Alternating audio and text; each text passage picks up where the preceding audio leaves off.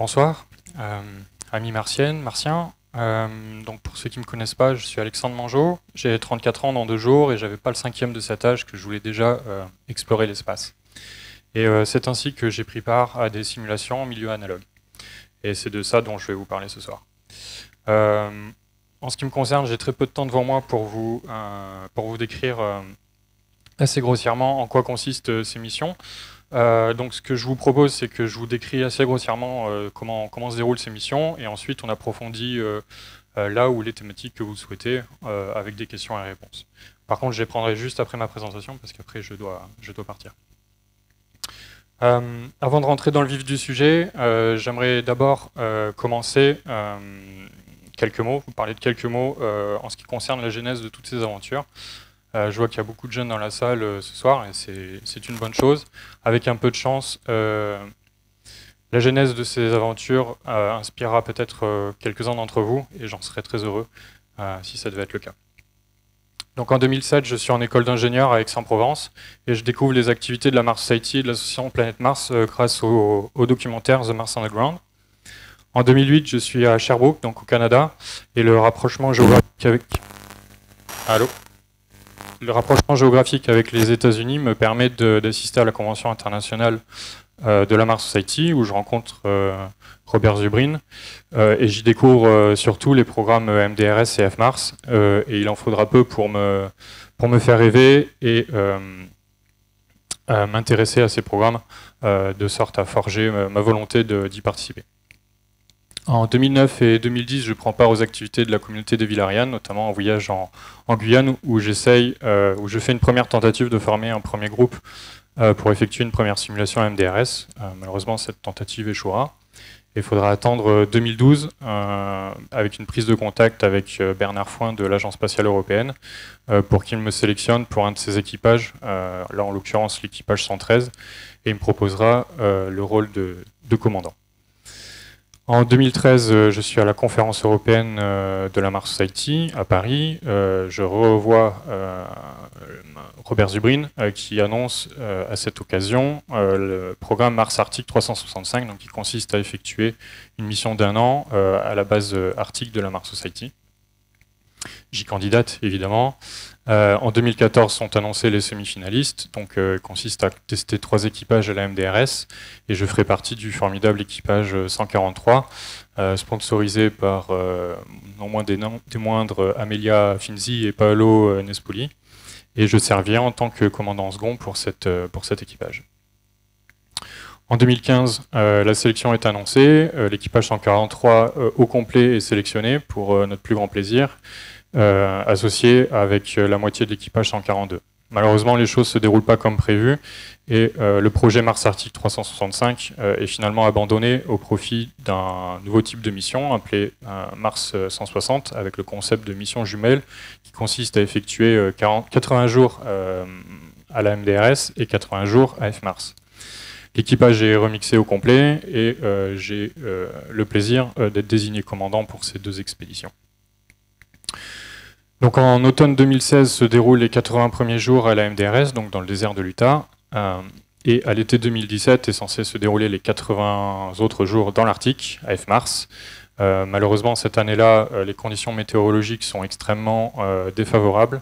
Quelques mois avant notre départ, la mission est raccourcie de moitié, donc 40 jours. Et une fois sur place, il est impossible de faire atterrir l'avion qui est censé amener l'équipage et le matériel avant une vingtaine de jours. Donc la mission a été raccourcie encore une fois de moitié. Donc on n'y a passé que 20 jours.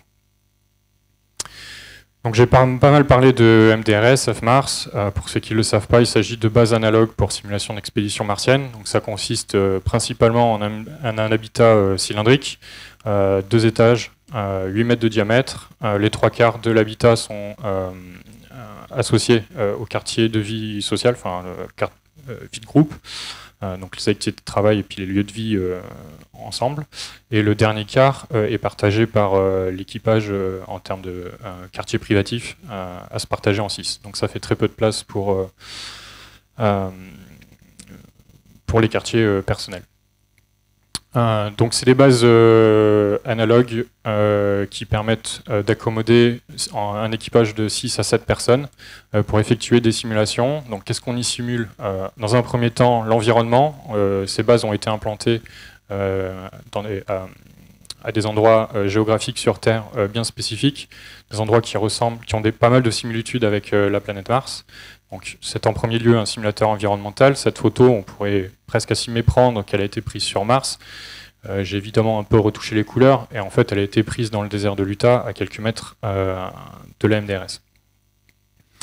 On y effectue aussi des simulations au niveau opérationnel, c'est-à-dire que toutes les activités qui sont effectuées comme si on était vraiment sur Mars. En l'occurrence, quand il s'agit de sortir à l'extérieur de l'habitat, on revêt un simulateur de scaphandre, comme si on était sur Mars, puisque l'air sur Mars est évidemment pas respirable. Et enfin, on pourrait simuler la technologie. Par contre, c'est absolument pas le cas de ces bases qui sont très rudimentaires. Donc, un petit peu de focus sur la MDRS, donc, qui se situe dans le désert de l'Utah. Elle est située en plein milieu d'un parc qui fait à peu près 200 km² à explorer, donc ça fait beaucoup de terrain explorable. Ce terrain se décompose en 4 niveaux d'altitude, donc 4 périodes géologiques différentes. Et c'est pour ça qu'on y rencontre différents fossiles de différentes natures, des fossiles d'animaux marins et des fossiles d'animaux terrestres. On constate également que le passé géologique de cet environnement-là a été arrosé, on va dire, puisqu'il y a pas mal de formations sédimentaires, comme on le voit sur la gauche, des roches évaporitiques en haut à droite, il s'agit de gypse, et également, comme l'a décrit le géologue tout à l'heure, des vaguelettes de sable fossilisées, en bas à droite. C'est également un environnement biologique assez riche. Évidemment, le désert de l'Utah n'est pas strictement aride, donc des plantes y poussent, suffisamment denses et hautes pour presque y cacher un astronaute. Et ce qui nous a beaucoup intéressé pendant nos missions, c'était les lichens, qui sont des organismes extrémophiles et qui pourraient être les premiers candidats à la terraformation de Mars. Ensuite, F-Mars, donc en Arctique, on est par 75 degrés de latitude nord, donc très proche du pôle Nord. Donc on est sur une île canadienne, sur les bords d'un cratère d'impact de quelques millions d'années, qui fait 15 km de diamètre environ. Et quand je dis au bord du cratère, on est littéralement à quelques mètres du bord du cratère. Quand celui-ci est rempli de brume, voilà ce qu'on voit par le hublot de l'habitat. Donc c'est un environnement géologique assez riche. Le terrain est difficilement praticable puisque l'érosion n'a pas encore fait beaucoup son effet. Donc c'est beaucoup de pierres qui a été fragmentée lors de l'impact. On y trouve notamment des fossiles de stromatolites, comme on voit sur la photo de gauche. C'est également un environnement biologique, alors un peu moins riche qu'à la MDRS. On y trouve néanmoins des algues sous les points d'eau, donc en bas à gauche, la première photo, des lichens, des mousses et éventuellement quelques plantes à fleurs qui ont l'occasion de fleurir lors des mois d'été. Toujours dans l'environnement biologique, très peu d'animaux. Malgré tout, on a quand même fait une découverte assez intéressante, dans le sens où on a découvert une espèce d'araignée qui n'avait pas encore été répertoriée sur cette île. Et on y a pu croiser aussi quelques espèces d'oiseaux. Une fois à l'intérieur, la science continue. Évidemment, les échantillons qu'on ramène de nos excursions à l'extérieur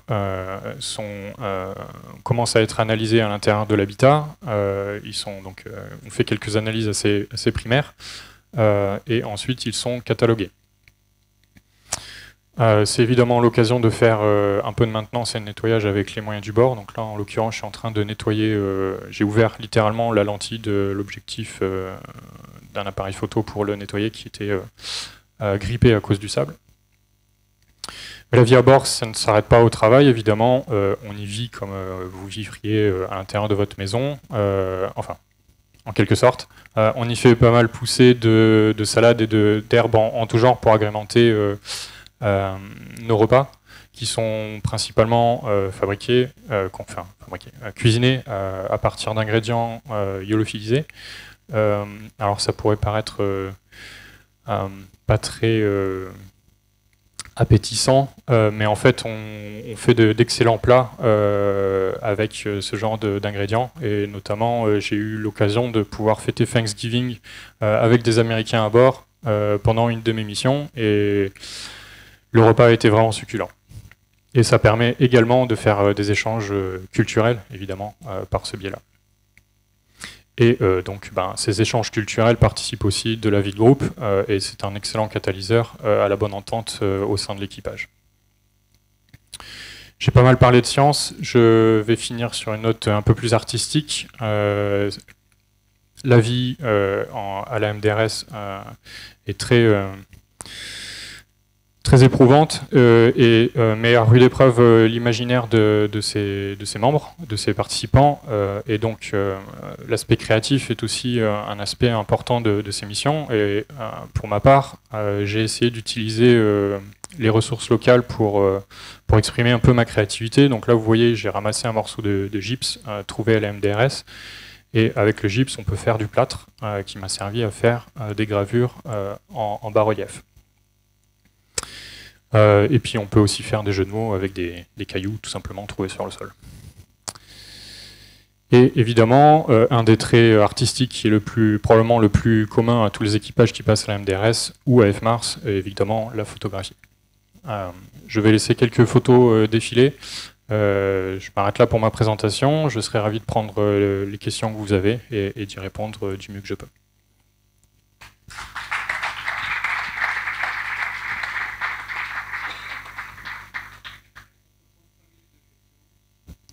Oui, normalement j'avais un quart d'heure, on est à 10 minutes, donc il y a 5 minutes de questions.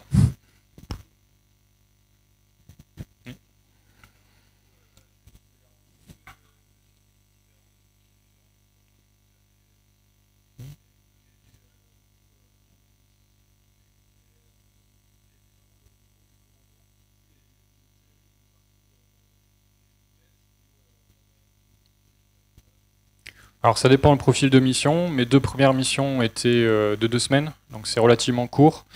Donc la première j'étais commandant de mission, la seconde j'étais commandant en second. Donc à ce niveau-là, ça reste plus la gestion de la logistique et faire en sorte que tout le monde ait accès aux mêmes ressources dans la base. Notamment faire en sorte que tout le monde peut sortir, faire ses prélèvements et qu'il n'y ait pas de favoritisme d'un membre par rapport à un autre. Pour les missions de plus longue durée, donc lors du programme Mars 160, le rôle du commandant est assez important en termes de préparatifs. Pour Mars 160, on s'est préparé, si ma mémoire est bonne, plus de 6 mois à l'avance. Donc là, il y a moins de place pour l'improvisation, parce que les enjeux sont plus élevés. Effectivement, quand on fait 80 jours de mission, ça n'a pas le même coût que 2 semaines. Et une fois à bord, alors pour Mars 160, la structure hiérarchique est assez spécifique dans le sens où les directeurs de mission, qui étaient Robert Zubrin et Shannon Rupert, ne faisaient pas partie de l'équipage. Donc j'avais des directeurs de mission qui me donnaient des directives scientifiques, des objectifs scientifiques à atteindre, et moi je devais transmettre ces directives à mon équipage pour qu'ils atteignent ces objectifs. Moi, je suis pas, j'ai un doctorat en propulsion spatiale, donc effectivement, j'ai pas fait de propulsion spatiale là-bas, mais j'ai une bonne appétence pour les sciences, et j'avais à la charge donc d'aiguiller mes géologues et mes microbiologistes pour qu'ils puissent effectuer leur travail dans les meilleures conditions possibles.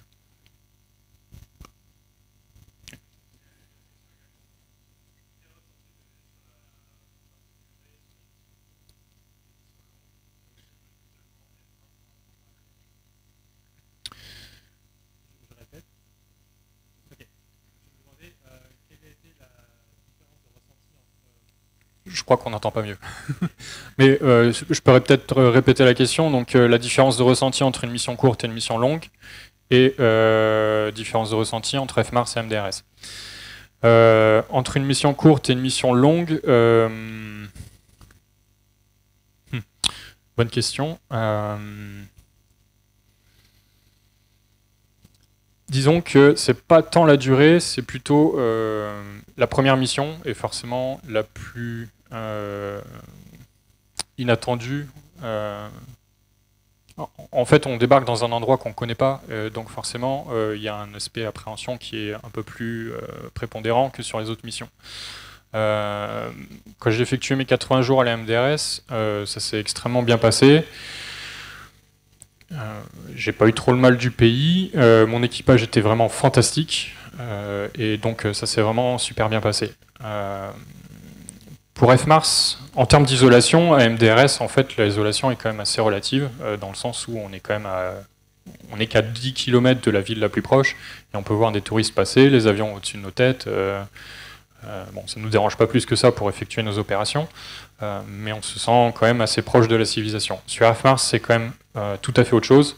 Je crois qu'en 20 jours de simulation, on a pu voir 1 ou 2 avions passer au-dessus de nos têtes.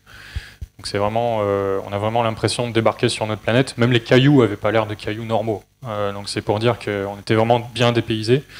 Et en l'occurrence, cette mission donc dans l'Arctique a été la plus dure pour moi, dans le sens où les conditions météorologiques étaient vraiment exceptionnellement abominables. Il a plu quasiment tout le temps et on n'a pu effectuer que quelques sorties en une vingtaine de jours. Donc le confinement plus le stress de devoir effectuer le plus de séances possible en une vingtaine de jours a rendu la mission particulièrement difficile. Mais avec le temps, tous les souvenirs sont bons et je regrette absolument aucun jour, aucune heure, aucune minute de ces expériences. Ouais.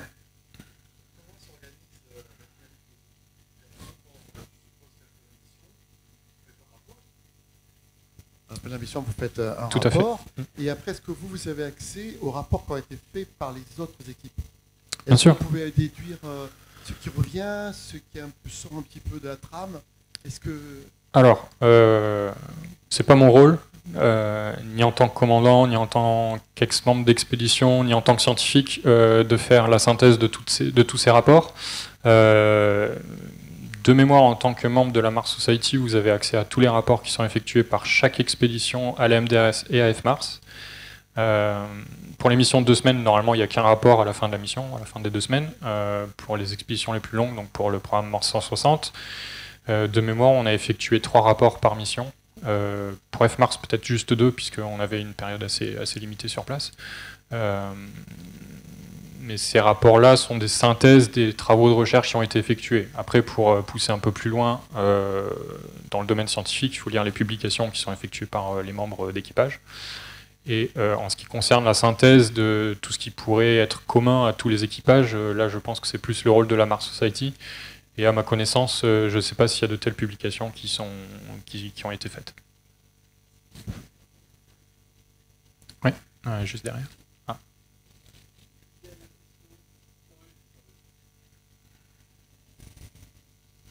Merci. J'avais une question, en fait, moi c'est par rapport justement, ça s'intègre un peu dans la dynamique de groupe, parce que quand on est dans des environnements clos comme ça et isolés, là vous savez qu'autour, s'il y a quoi que ce soit, il y a une équipe qui est là, qui est en backup. Si jamais il y a des tensions dans les équipes et tout ça, là ça va, il y a la sécurité d'avoir l'équipe derrière, mais sur une situation martienne, là, vous serez livré à vous-même. Comment sont gérées les tensions? Est-ce que vous êtes juste entre vous, ou il y a quand même l'équipe qui vous surveille? J'ai du mal à comprendre de quelle équipe à quelle équipe vous faites référence. L'équipe qui est derrière. C'est par rapport à... Comment ça s'appelle? La base arrière. Voilà, ouais. Alors, les contacts avec la base arrière passent par les emails. Pardon. À l'MDRS, ça pose pas trop de problèmes, la connexion Internet est relativement bonne, et puis même en cas de problème, on est relativement proche de la civilisation. À F-Mars, c'est nettement plus compliqué. On avait une antenne satellite pour la communication, et qui a marché pas tout le temps, parce qu'il y a très peu de satellites qui passent autour du pôle, et les conditions météo étaient encore plus... Enfin, dégrader le signal tellement qu'on avait du mal à envoyer ne serait-ce que des emails. En termes de dynamique de groupe, alors je ne sais pas si c'est de la chance ou pas, mais sur mes 4 équipages, j'ai jamais eu aucun problème significatif qui remette en question la viabilité de la mission. Bon, il y a eu des accros, évidemment, c'est une vie de groupe, c'est une vie communautaire, en quelques mois de mission, il ne peut pas se passer un événement, enfin tout ne peut pas couler, mais jamais rien de significatif. Et pour autant, l'équipage de Mars 160 a été constitué un peu, enfin pas au pied levé, mais on n'a pas été préparés ensemble. Alors j'ai retrouvé 3 ou 4 membres d'équipage de l'équipage 143, donc je les connaissais déjà, mais les autres membres je les connaissais pas du tout. Et la première fois qu'on s'est rencontrés, c'était la première fois on se rencontrait directement à la MDRS. Et pour autant, ça s'est extrêmement bien passé. Et si c'est peut-être dû à autre chose que de la chance, je dirais que c'est dû à la diversité des personnes qui étaient présentes dans l'équipage. Pour faire un tour d'horizon, là vous avez de gauche à droite, vous avez en premier lieu Claude Michel, canadien, technicien en électricité, Yusuke, je ne me rappelle plus trop des noms de famille, donc Yusuke en deuxième, donc du Japon, architecte, Anali, Australie, journaliste. Ensuite, Anushri d'Inde, qui a joué le rôle de microbiologiste. Pour autant, elle n'avait pas de diplôme en microbiologie, elle commençait tout juste ses études dans ce domaine-là. Ensuite, John, Australie, géologue, confirmé. Moi-même, donc France, ingénieur en propulsion spatiale. Et enfin, Anastasia, de Russie, journaliste en formation ingénieur. Donc on couvre un très large spectre à la fois de culture et de background scientifique ou technique. Et je pense que c'est ça qui a consolidé le groupe, car on avait chacun besoin l'un de l'autre pour travailler et puis pour vivre. Et ça a été, je pense, le ciment de notre équipage qui a fait qu'on a tenu en toutes circonstances. Au plaisir.